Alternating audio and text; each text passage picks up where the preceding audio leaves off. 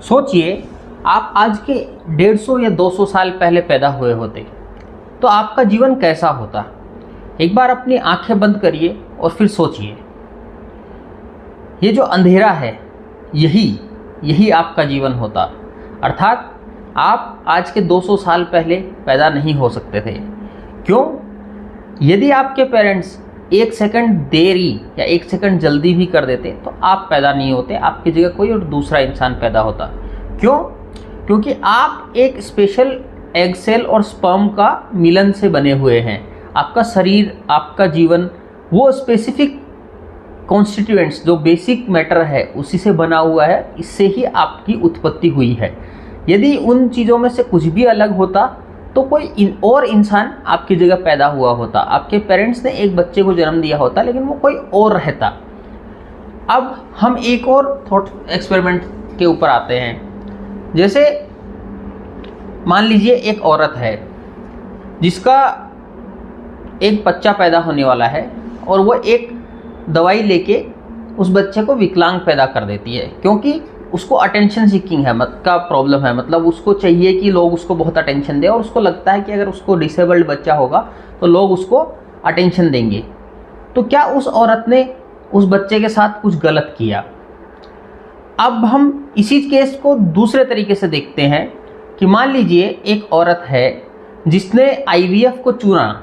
मतलब IVF जो technology से हम बच्चे कंसीव कर सकते हैं, और वो उसमें क्या होता है उस टेक्निक में कि अलग अलग भ्रूण पैदा होते हैं। जैसे जब IVF को लैब में ग्रो करते हैं उसमें 3-4 अलग अलग भ्रूण होते हैं, जिसमें से बाद में जेनेटिकली उनकी जांच करके सबसे अच्छा भ्रूण उसमें से बच्चे को पैदा कराया जाता है।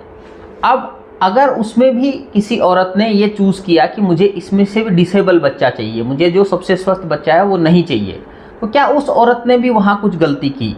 क्या वो भी नैतिक रूप से गलत है? तो ये एक फिलोसॉफी की बहुत बड़ी प्रॉब्लम है और इसे कहते हैं नॉन आइडेंटिटी प्रॉब्लम। मतलब वो दोनों केस आइडेंटिकल नहीं है और नॉन आइडेंटिटी प्रॉब्लम इसको कहा जाता है। नमस्कार दोस्तों, आज हम इसी बारे में बात करेंगे कि क्या है ये नॉन आइडेंटिटी प्रॉब्लम जिसे पिछले 100 सालों से फिलोसोफर्स को परेशानी में डाला हुआ है, सोच में डाला हुआ है। तो पहला केस हम जहाँ देखते हैं कि उस औरत ने उस बच्चे को जानबूझ के डिसेबल किया, जहाँ पे उसने एक दवाई ली और वो बच्चा डिसेबल्ड पैदा हुआ। यहाँ पे उस औरत ने उस बच्चे के साथ नाइंसाफ़ी की, उसने अनैतिक कार्य किया उस बच्चे के प्रति। वो बच्चा बड़ा होकर ये बोल सकता है कि मेरे को आपने अपनी गलतियों की वजह से, अपनी इच्छाओं की वजह से मेरे को डिसेबल पैदा किया। लेकिन दूसरे केस में आप ज़रा सोचिए, जैसे मैंने आपको कहा कि आप स्पेसिफिक कॉन्स्टिट्यूएंट से बने हैं, स्पर्म और एग से बने हैं। अगर उस माता पिता ने उस डिसेबल्ड बच्चे की जगह कोई दूसरा एम्ब्रियो चुना होता, दूसरा भ्रूण चुना होगा जो स्वस्थ बच्चा है, तो क्या होता? तो ये जो बच्चा अस्वस्थ बच्चा है वो कभी पैदा ही नहीं हुआ होता। तो आप अगर देखेंगे कि इस बच्चे की लाइफ जीने योग्य है, थोड़ी सी प्रॉब्लम है उसकी लाइफ में कि वो डिसेबल्ड है, लेकिन वो जीने योग्य लाइफ है। लेकिन अगर उस एम्ब्रियो को नहीं चुना जाता तो बच्चा कभी पैदा ही नहीं होता, कोई दूसरा बच्चा उसकी जगह पैदा होता। तो इस केस में अगर हम देखें तो अगर वो बच्चा पैदा ही नहीं होता तो फिर नुकसान किसका हुआ? उस बच्चे का कोई नुकसान नहीं किया उसके पेरेंट्स ने, उसकी माता ने उसका कोई नुकसान नहीं किया। ये दोनों केसेस को हम सिमिलर जगह पे नहीं रख सकते, क्योंकि एक केस में वो बच्चा स्वस्थ पैदा हो सकता था। अगर उसकी मम्मी ने उस दवाई को नहीं खाया होता तो वो एक स्वस्थ बच्चा पैदा होता, और उसको डिसेबल्ड कर दिया गया तो वो एक उसका एक्चुअल नुकसान हुआ। लेकिन इस केस में अगर इस एम्ब्रियो को नहीं चूज़ किया होता, इस भ्रूण को नहीं चूज़ किया होता, तो वो बच्चा पैदा ही नहीं होता, उसकी जगह पे कोई और बच्चा पैदा होता। तो एक्चुअल में उस बच्चे को, उस इंसान को अपने माता पिता का शुक्रगुजार होना चाहिए कि आपने मेरे को जीवन में लाया, बजाय इसके कि उसके अगेंस्ट होने के कि मेरे साथ कोई गलत काम किया गया। अब अगर हम इसी तरह से सोचें तो ये चीज़ें बहुत प्रैक्टिकल प्रभाव भी डालते हैं। कभी कभी हम ये सोचते हैं कि अरे इन सब चीज़ों से क्या होता है, ये तो फिलोसफी की आपसी बातें हैं, डिस्कशंस हैं, इन फिलोसफिकल चीज़ों से कोई चीज़ें नहीं होती, कुछ डिफरेंस नहीं होता। लेकिन मैंने आपको बहुत प्रैक्टिकल एग्जांपल बताया जहाँ पे IVF के अंदर में, IVF टेक्नोलॉजी में 3-4 भ्रूण पैदा किए जाते हैं और उनमें से एक सबसे फिट भ्रूण को फिटस को हम उसमें एम्ब्रियो को वोम में डालते हैं। तो आप ये देखिए, ये बहुत प्रैक्टिकल एग्जांपल है। यहाँ हमको किसको सेलेक्ट करना है हम खुद डिसाइड कर रहे हैं। और इस चीज़ को कभी कभी बहुत सारे लोग डिबेट्स में, डिस्कशन में ये बोलते हैं कि ये गलत है, हमको आईवीएफ को बंद कर देना चाहिए, क्योंकि आप प्रैक्टिकली खुद सेलेक्ट कर रहे हो कि क्या पैदा करना है। इसके ऊपर एक बहुत स्टडी हुई थी अमेरिका के अंदर में, जिसमें लगभग 3 से 4% पेरेंट्स डिसेबल्ड बच्चा चाहते हैं, अपनी इच्छा से डिसेबल्ड बच्चा चाहते हैं। और उसमें सबसे ज़्यादा परसेंटेज उन लोगों का है जो बहरे हैं, वो चाहते हैं कि उनका बच्चा भी उनका पेन समझे। लेकिन आप अगर इस चीज़ को सोचेंगे तो क्या वो अपने बच्चों के साथ अनैतिक कर रहे हैं? क्या जो हुआ वो गलत हुआ उन बच्चों के साथ में? तो लेकिन अगर हम इस बारे में सोचें तो वो गलत नहीं हुआ, क्योंकि वो बच्चे पैदा ही नहीं होते। यही नॉन आइडेंटिटी प्रॉब्लम है। आप इसको कैसे इसको जस्टिफाई कर सकते हैं? अब इसका दूसरा एक प्रभाव हम देखें तो इसमें जैसे बोलेंगे कि मास लेवल पे इसको डिस्कस करें।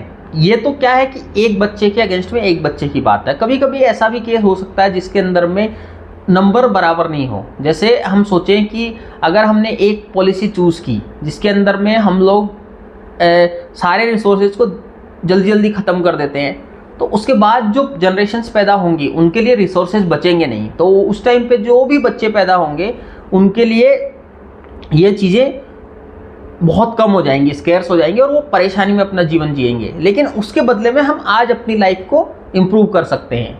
लेकिन अगर हम कंजर्वेशन करेंगे रिसोर्सेज का, तो आगे जाने वाली जनरेशन्स को भी एक अच्छी लाइफ मिलेगी।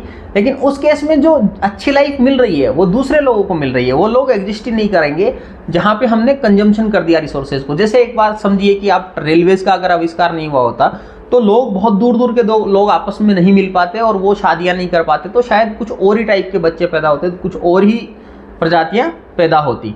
तो इस केस में अगर आप प्रैक्टिकली देखा जाए तो अगर आज हम अपने सारे रिसोर्सेज को यूज़ करके एक अच्छी क्वालिटी ऑफ लाइफ जी सकते हैं तो क्या वो सही नहीं है? क्योंकि हम उन लोगों का कोई नुकसान नहीं कर रहे जो पैदा नहीं होने वाले हैं, क्योंकि वो तभी पैदा होंगे हम जिस तरह से हम आज एक्ट करेंगे। तो इस हिसाब से अगर हम देखा जाएगा तो कोई नैतिक प्रॉब्लम नहीं है। लेकिन इसमें डेरेक पारफिट की जो बुक है रीजन्स एंड पर्सन करके, उसके अंदर में वो ये चीज़ डिस्कस करते हैं और वो ये कहते हैं कि हाँ ये नैतिक रूप से गलत है। लेकिन इसमें प्रॉब्लम यही है कि हम किस बेसिस पे कह रहे हैं कि ये नैतिक रूप से गलत है, क्योंकि हम दो सारी चीज़ों को एक साथ नहीं कह सकते। अगर हम ये मानते हैं कि लाइफ किसी की जीवन में आना उसके लिए अच्छी चीज़ है, तो हम जो बोल रहे हैं कि वो अगर नहीं पैदा होता तब ज़्यादा अच्छा होता, तो दोनों चीज़ें एक साथ आप नहीं कह सकते।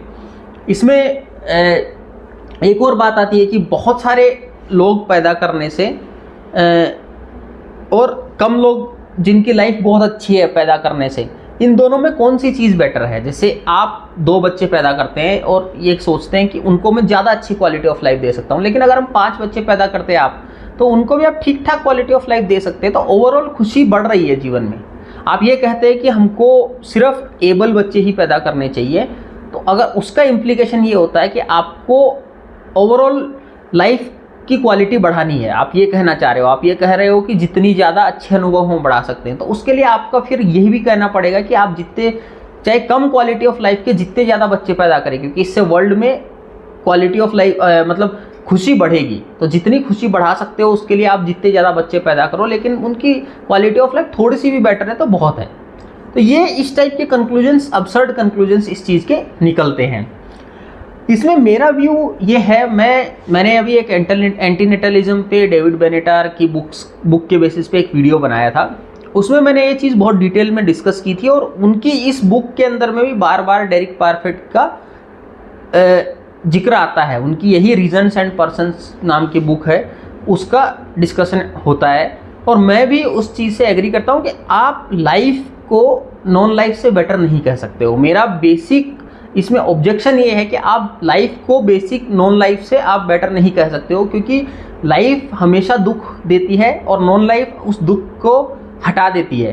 तो आप ये जो 2 केस है, लाइफ वर्थ लिविंग और लाइफ वर्थ स्टार्टिंग, इन दोनों को आपस में कन्फ्लेट करो। मतलब एक लाइफ को जन्म देने लायक होना और एक लाइफ जीने योग्य होना, जो जन्म ले चुका है उसका जीने योग्य होना, ये दो अलग अलग केस है। अगर कोई लाइफ पहले से डिसेबल्ड है तो वो जन्म देने योग्य नहीं है, लेकिन कोई इंसान जी रहा है डिसेबिलिटी के साथ तो वो जी सकता है उस लाइफ को।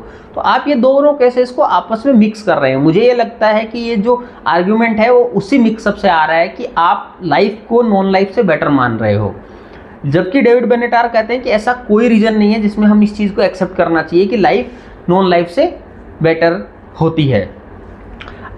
और वो यहाँ तक क्या आर्ग्यू करते हैं कि अगर कोई इंसान आके कह भी रहा है कि नहीं नहीं मेरी लाइफ नॉन लाइफ से बेटर है, तो भी हमको इसको नहीं मानना चाहिए, क्योंकि हमको प्रो लाइफ बायस होता है। सबके जीवन में इवोल्यूशन ने ये प्रो लाइफ बायस डाला हुआ है, अदरवाइज लोग प्रोक्रिएट नहीं करेंगे, अपनी प्रजाति को आगे नहीं बढ़ाएंगे और सब कुछ ख़त्म हो जाएगा।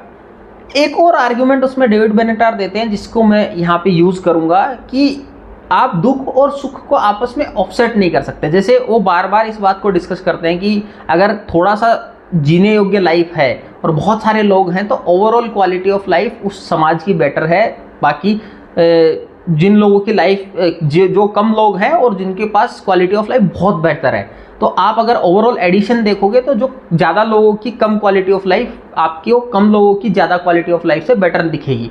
बट वो आर्गुमेंट फ्लॉड है मुझे लगता है, क्योंकि डेविड बेनेटार भी ये डिस्कस करते हैं कि आप सुख को दुख से ऑफसेट नहीं कर सकते। ये कोई मैथमेटिकल इक्वेशन नहीं है। आप किसी का पैर टूटा हुआ है, उसके साथ उसको जीवन भर की खुशियां दे दो, लेकिन उसको पैर के साथ उसको ऑफसेट नहीं कर सकते उस दुख को।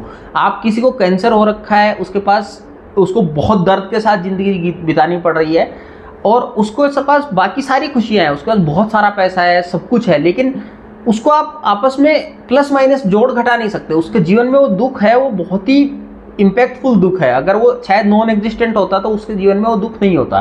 तो इसलिए मुझे ये आर्ग्यूमेंट बहुत ज़्यादा प्लॉजिबल लगता नहीं है कि लाइफ नॉन लाइफ से बेटर होती है और हमने किसी और इंसान को पैदा करके जो डिसेबल्ड लाइफ वाला इंसान है उसके साथ गलत किया है, और या फिर जो डिसेबल्ड लाइफ को पैदा करके हमने उसके साथ कुछ गलत नहीं किया और उसके साथ अच्छा ही हुआ है। मुझे लगता है ऐसा नहीं है। ये बस इसलिए हमको लगता है कि हमने उसके साथ कुछ गलत नहीं किया, क्योंकि अगर वो नॉन एग्जिस्टेंट में होता तो उसका कुछ दुख भी नहीं होता। ये प्रेमिस को मैं रिजेक्ट करता हूँ। मेरे हिसाब से ऐसा नहीं है। Non life always better than life है, भले ही किसी के अंदर में ये बायस हो कि उसको लगता हो कि उसकी लाइफ में होना ज़्यादा अच्छा है। तो आप इस बारे में क्या सोचते हैं मुझे कमेंट करके ज़रूर बताइएगा। और अगर आपको वीडियो अच्छा लगा हो तो शेयर करिए, सब्सक्राइब करिए, लाइक करिए और कमेंट करिए। Thank you all.